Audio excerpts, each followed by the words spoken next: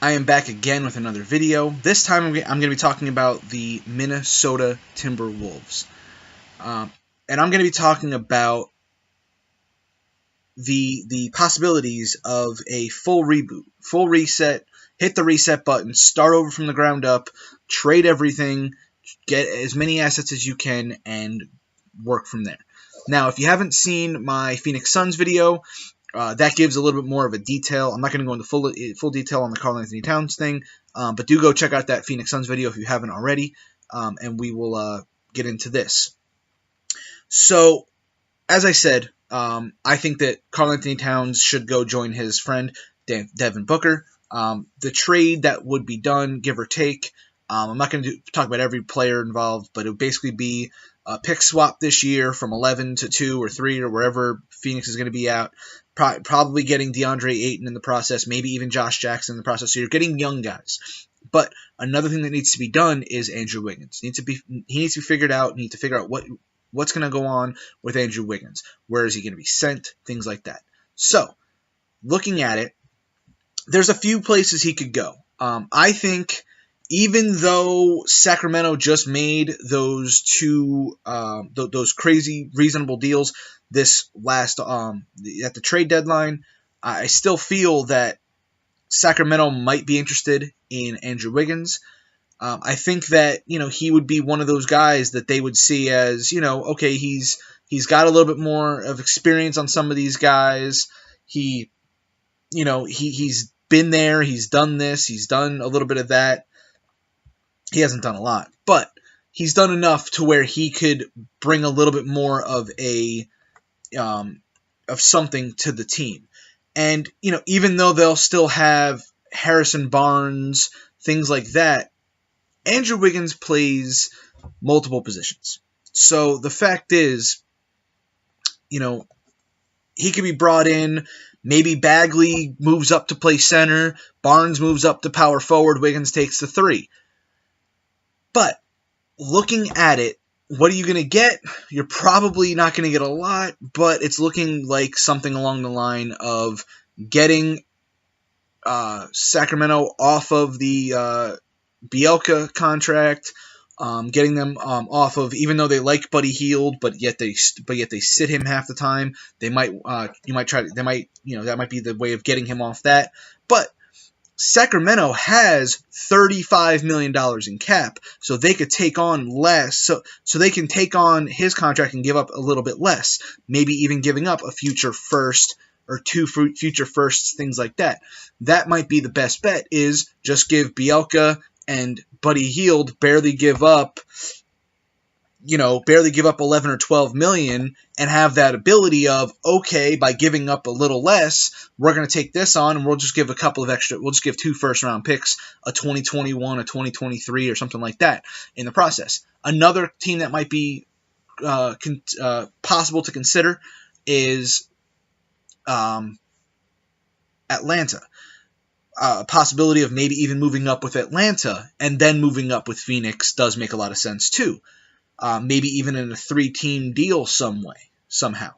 But with that, the concept would be, they would have to probably give up Kent Bazemore, Atlanta, so Minnesota would be taking on Kent Bazemore, even though it's for 1 year, things like that. Another team that, this is a little bit out in left field, but this could be a very good possibility. There might be a way that, because I think if Karl-Anthony Towns walks, I think that Jeff Teague might not want to stay.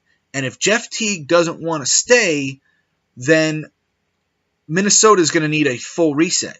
But they need at least one veteran who can actually do something, who's not going to be there a lot for a very long time. There. So they might be able to do something along the line of an Andrew Wiggins to New Orleans and just get Drew Holiday for the last 2 years, I believe, of his contract. And just have that ability of, okay, this is what makes the most sense. And that's, to me, the way that everything can happen, in a way that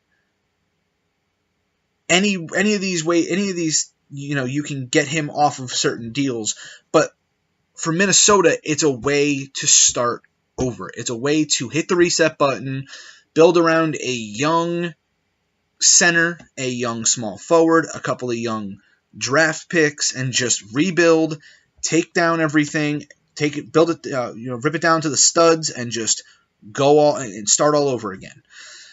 And that's the thing. And looking at it now, Drew Holiday, yes, he has he's fully signed for next year. He's fully signed for the year after that.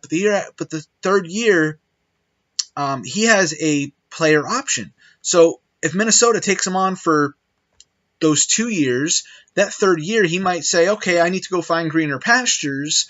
I need to go here. I'm going to go play somewhere else. That makes a lot more sense than what is currently in front of New Orleans. That makes a lot more sense than anything presented. So with that, looking at Minnesota's current contracts as well, they might even say to Jeff Teague, well, we have nothing for you. We have nowhere to put you. We're going to need to probably just trade you. They could ask Jeff Teague to take on his player option to trade him, like Phoenix would have to do with the Tyler Johnson thing, things like that. They would have to then sit there and say, hey, listen, we want you to take on your player option, so we'll trade you. We'll find a team that needs a point guard. We'll find a team that needs you, and we'll go with it that way. And there's many teams that could benefit from him. Possibly you're looking at maybe Washington for the year. They need a point.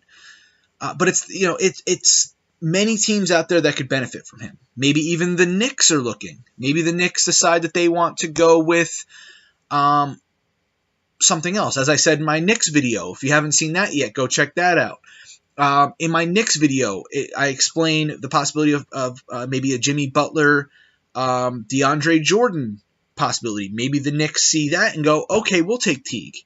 And then that's there, because Teague and Jimmy are still good friends. So maybe Teague and Jimmy and DeAndre Jordan get together and have a little thing going up in New York. We don't know. But by trading up for Minnesota, whether it's once, twice, 10 times, who knows, but by them trading up, getting extra draft picks, what have you, some of the players they should be focusing on receiving or on drafting are Ja Morant, and RJ Barrett. Even a Cam Reddish could work with these situations. They might even want to consider taking Darius Garland if they can't get Ja Morant. There's a feeling that he might go first. We don't know. But again, maybe even Zion's there. Maybe Zion's at 2 or 3 or wherever that those picks are that they're trading with. We don't know. We won't know until we see it. But again, these are deals that make more sense than anything we're seeing, anything that is going to be presented, and that is why I'm shopping these. So with that is my time. I hope you guys liked it. Don't forget to subscribe. Hit the bell icon right around here to see when my videos are when my videos will be posting. And don't forget to give it a like. Leave a comment down below. Leave me some new ideas. What are some things you guys want me to talk about? Any new concepts. I'm down to talk about anything. So with that, I will see you guys in the next video.